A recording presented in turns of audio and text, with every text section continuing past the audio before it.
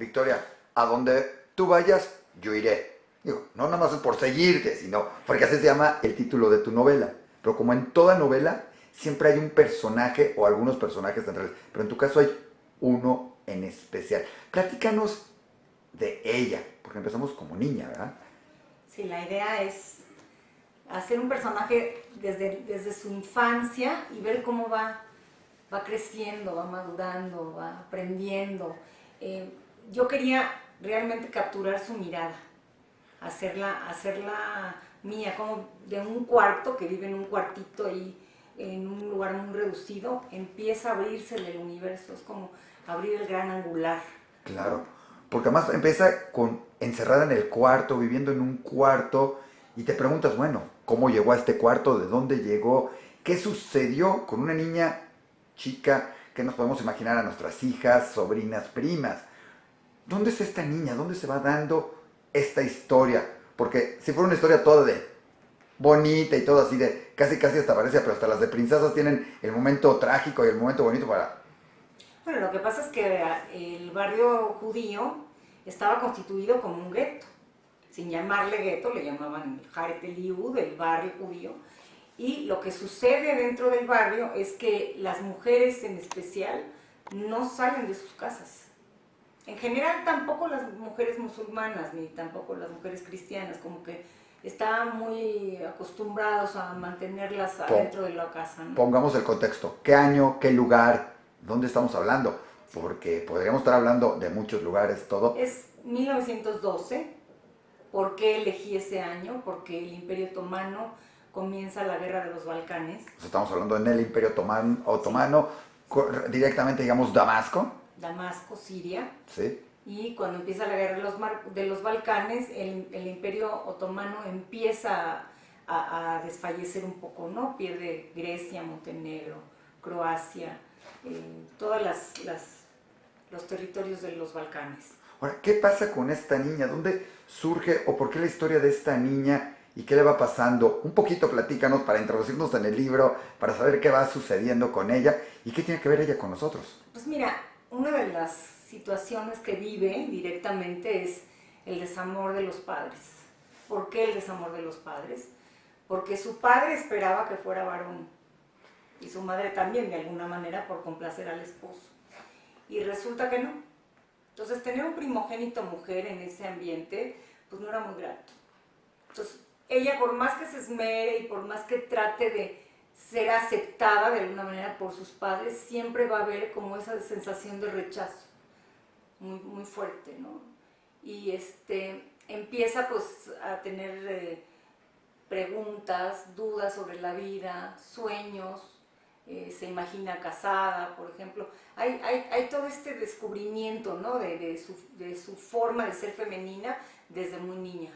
Ahora, dime una cosa, es además una niña, como dijiste, es el barrio judío, pero esta niña es además una niña judía, ¿sí? Que nos las imaginamos de algunas maneras, y más porque además gente de esa comunidad ha llegado a México. Pero, ¿qué implica que sea una niña judía en el Imperio Otomano, en Damasco, en Siria? ¿Qué implicaciones tiene parte de la novela?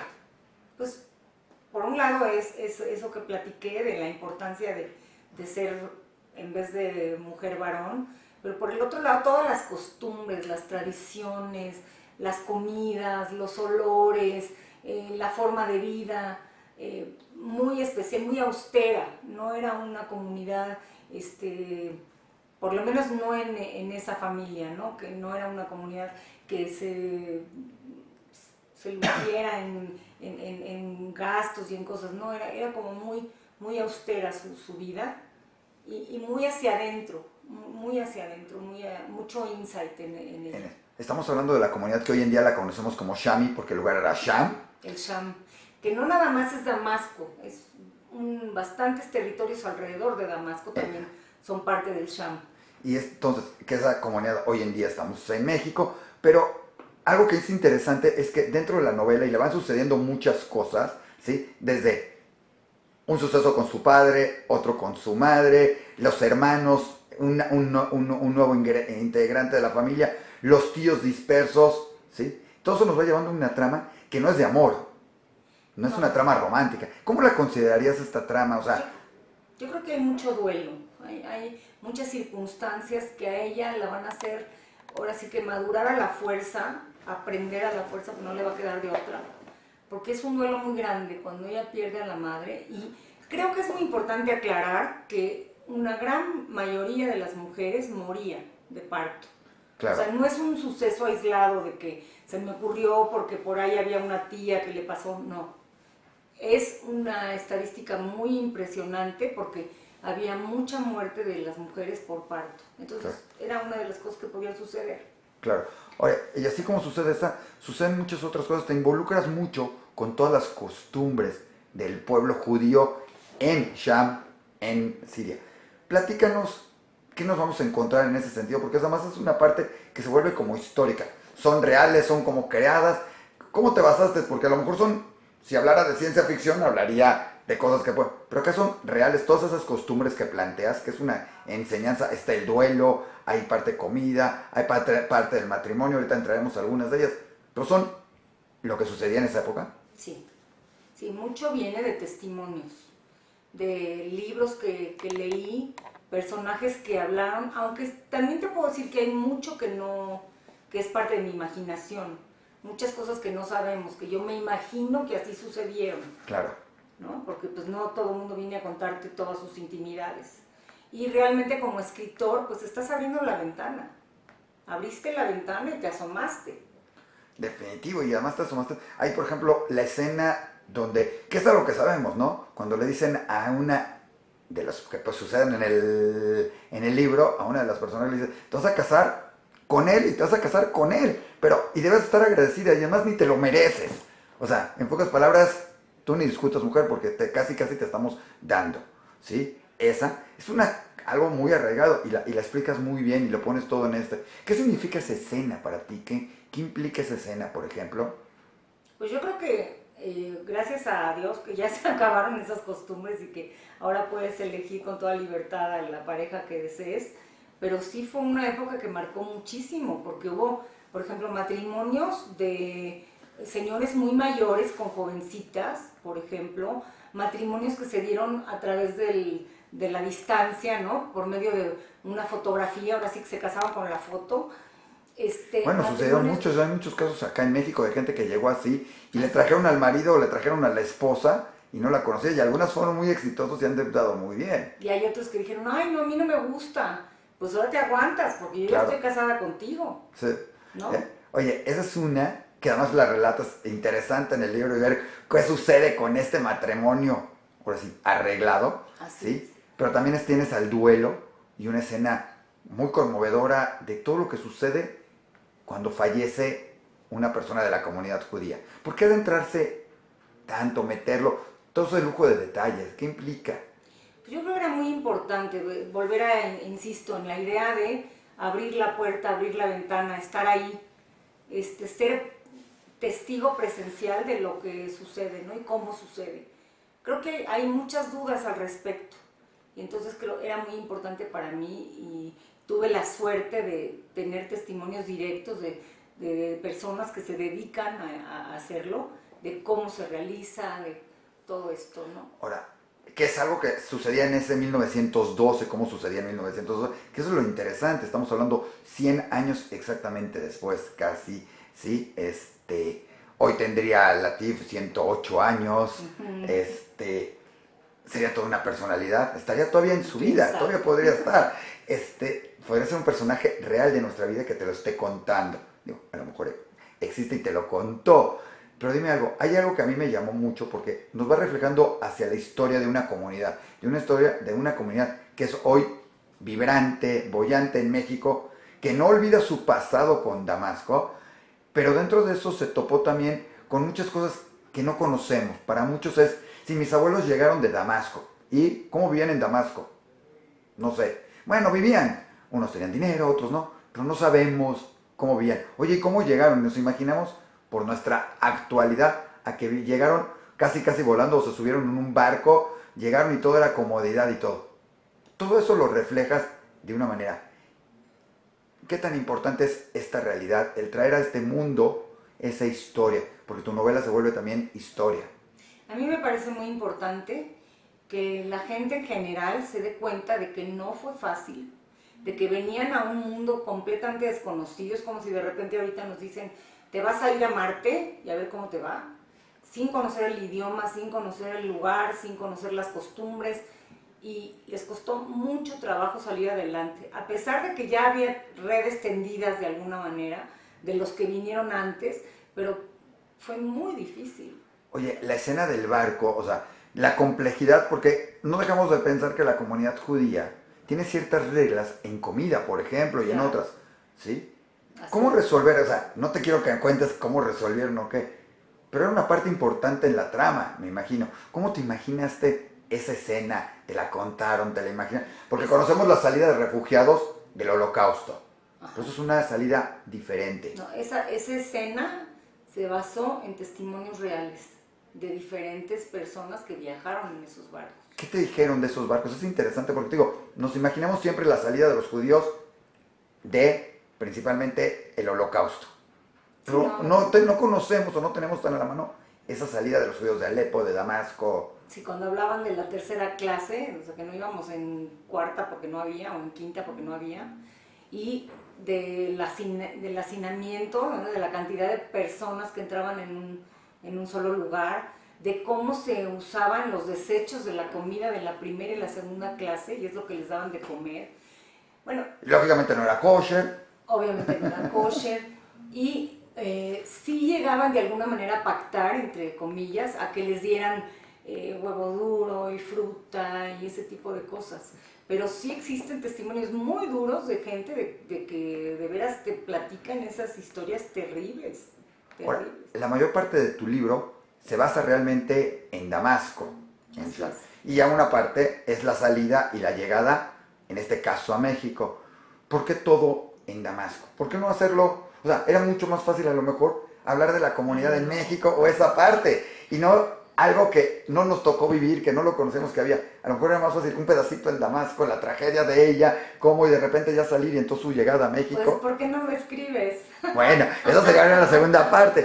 Pero, ¿por qué en Damasco? ¿Por qué Latif en Damasco? Pudo haber sido una niña en India, pudo haber sido una niña. ¿Por qué en Damasco? Bueno, yo tengo ese background que era muy importante y que había escuchado muchas historias de mujeres, ¿no? Cuando nos sentábamos en casa de las abuelas y llegaban las amigas y platicaban, y mitad en árabe, y mitad en español, y entendías ciertas cosas y muchas ni las entendías, entonces te las inventabas. Pero eso estaba en mi imaginario desde muy niña. O sea, yo para escribir muchas veces regreso a la infancia. Y estas voces son parte de mi infancia. Claro, porque además, curiosamente, y como dijimos, si Latif vivía y hubiera tenido 8 años, hoy tendría 108. Así que cualquiera que haya salido en 1912, en esos barcos, en esa salida, que haya vivido en esa época en Sham, desafortunadamente ya no la tenemos hoy en día acá. Entonces es muy difícil recapitular. Entonces eso se vuelve muy importante en tu trabajo porque es algo que fuiste recordando.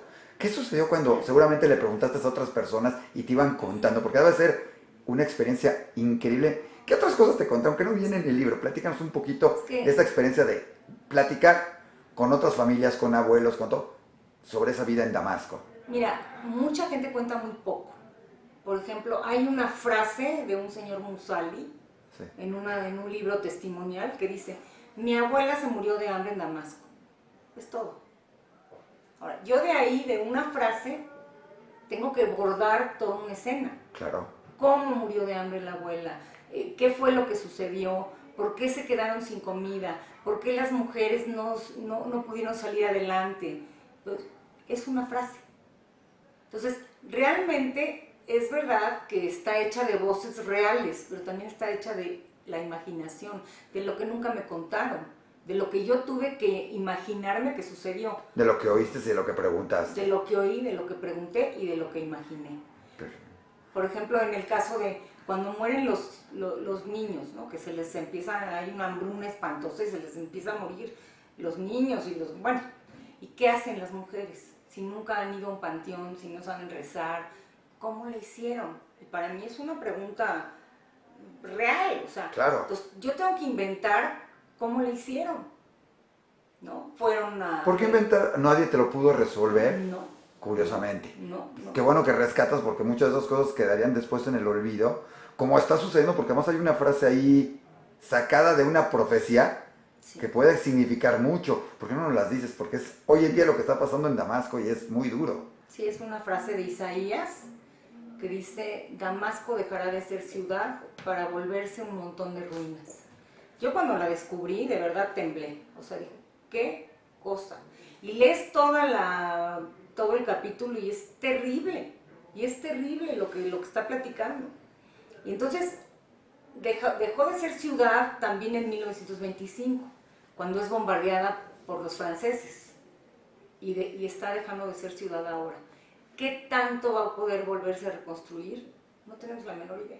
Pero mucho de la historia del pueblo judío que quedaba ahí ha sido totalmente borrada y es destruida, no por ser del pueblo judío, sino porque ha sido destruida todo eso, pero aparte, por esa parte de que además la parte judía, casi podríamos decir, desapareció en Damasco. Mira, la comunidad judía tuvo mucha suerte de salir Sí. hace como 15 años, por unos movimientos que hubo en Canadá, que pudieron salir vía Canadá. Claro. Y salió una gran cantidad de gente. Ahora, vamos a hablar de 5,000 personas que salieron. Hablas de una parte que es imaginativa, que es creada, pero hay una parte que suena muy real, porque además es muy real y fue sucediendo, que es la llegada a México. ¿Qué implica esta llegada a México? Que aunque le dedicas pocos capítulos, poco espacio, la hablas y la describes y nos da un sentimiento muy mexicano, desde cómo llegaron, pasando llegar de Cuba hacia México, curiosamente, y cómo fueron llegando, y no exactamente a la Ciudad de México. ¿Qué implica de eso? Es mucho más cercano a todo el mundo lo ve, ¿no? Porque además muchos de los lugares que hablas, pues los podemos ir a tocar, ver, sentir. Sí, bueno, nunca puedes llegar a tocar y ver y sentir lo que pasó en 1926. De hecho, ve fotografías de cómo era el Zócalo, claro, y de cómo es ahora. Ve fotografías de Veracruz. Claro. Muchos de los edificios que existían, que eran bellísimos, se cayeron en algún huracán. Claro. Regresar al pasado es regresar al exilio. Claro. Ya no existe. Claro. Existe solamente en el imaginario. Pero sí es muy interesante cómo se tendieron redes de ayuda y de esa manera nace la comunidad judía. Claro. Hablas del primer templo, hablas de Justo Sierra. Así, porque la comunidad empezó a formarse como tal en 1912 con la creación del Panteón Monte Sinai, claro, en donde dijeron, ahora sí, aquí nos vamos a quedar y aquí nos vamos a enterrar. Y esa parte es muy importante, es como la decisión más importante de una comunidad. De claro, no hay comunidad judía hasta que no existe un panteón. O sea, hay otros factores que tienen que existir, pero el panteón es como que un muy ente. Importante. Hasta que no hay el primer enterrado, el primer judío ahí, no existe una comunidad, digamos, en los términos como tal, ¿no? Sí, puedes ver la historia de la comunidad ahí. Hay gente que está enterrada por cuestiones de la revolución en 1910. Claro. Es algo muy interesante. Pero por otra parte, ellos cuando llegan ya existe Justo Sierra, ya existe la sinagoga, sí, y ya existen varias redes de apoyo y ellos de alguna manera las reciben. Y eso es muy importante, porque aprenden a decir hoy por mí, mañana por ti. Claro. Hoy recibí yo ayuda, cuando yo pueda voy a regresar esa ayuda a alguien más. Y de alguna manera así nace la comunidad judía, siempre solidaria, siempre apoyándose, y eso es una bendición, realmente. Claro, y tienes ahí una escena, por ejemplo, en las vecindades, que además, digo, lo podemos sentir porque todos hemos visto en la tele, todos, lo que es una vecindad. Y te puedes imaginar a las señoras de la vecindad que no hablan español, como tú lo dices, aprendiendo en un librito, apuntando las palabras que les dijeron, aprendiendo cómo hacer negocios, porque además todos recordamos que nuestros padres, algunos estudiaron, otros llegaron a eso, o los abuelos llegaron a sobrevivir. Y tú lo plasmas muy interesante en la forma de una niña joven que está llegando a México, ¿sí? ¿Cómo te sientes? Esta niña, que ya no está niña, por eso. Una mujer con hijos. ¿Cómo lo sientes, representas eso como una historia de la comunidad judía de México? Pues lo siento, es parte de muchas cosas que nos contaron, ¿no? Esa leyenda del dinero que iban pasando de mano en mano. Sabemos hasta los nombres de las familias de los que fueron a ayudar. Yo por eso le pongo Serur al personaje. Lo que te iba a preguntar, esos apellidos que pones ahí, ¿sí? Pones Cohen, Serur, sí. todos esos apellidos, Son, ¿son reales o son también parte de cambiarles el nombre para volverlos novelísticos o juntas con nombres reales? son reales, son personajes que realmente se preocuparon por ayudar a los demás. Ámbar es completamente imaginación. El señor que llega y es como el patriarca de la comunidad y les da consejos y les dice lo que tienen que hacer, ese es un personaje que yo me inventé. Pero muy basado en gente que existió. Bueno, existió Ámbar, ¿sí? Que eso es muy interesante, sí existió, lo puedes checar en el Google. Maktub Ámbar era la casa de él. Fue un hombre que nunca tuvo hijos, pero no sé si llegó a México.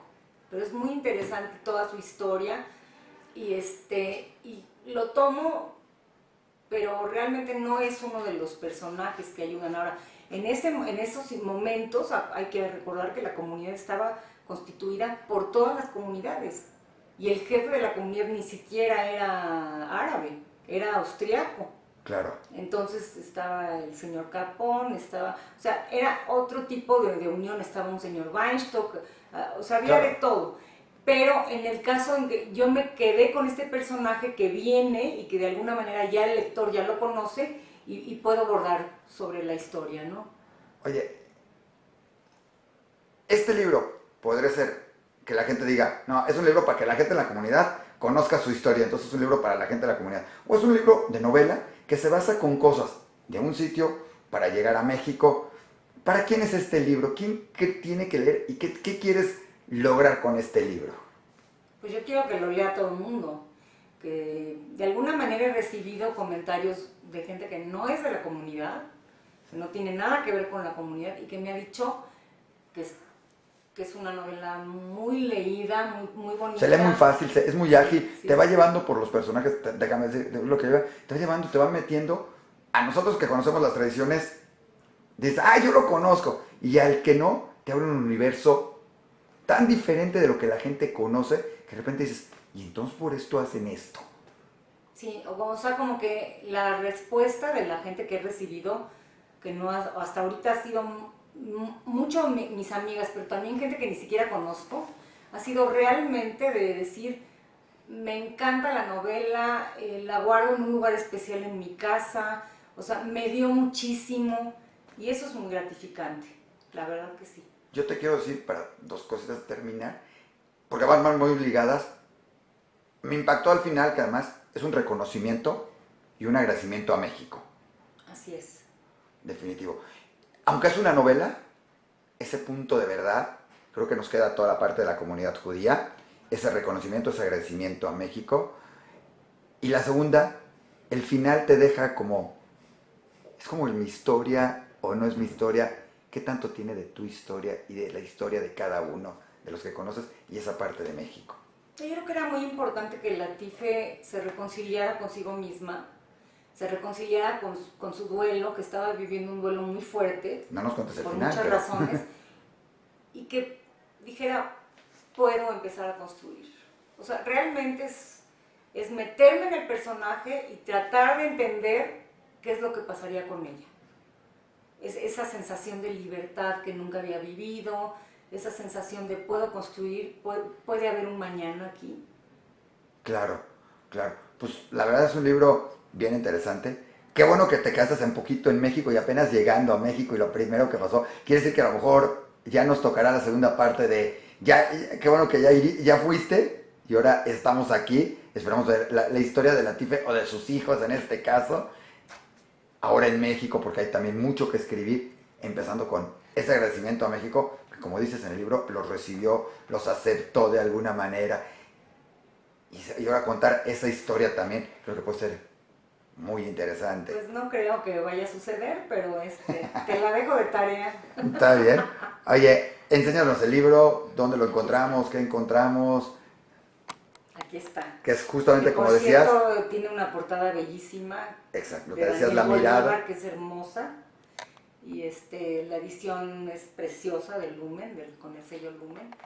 Y pues se puede conseguir en todos lados. En todos lados. Oye, pues felicidades, vale la pena, traes de todo, Así puedes es. sentir, saborear, tocar y recordar una historia que es magnífica y al que no lo quiera recordar puede vivirla nuevamente, porque recorrer esos caminos, cada paso que da Latife y su familia se vuelven maravillosos y al mismo tiempo te meten en la trama de una manera que quieres seguir leyendo a ver qué le pasó.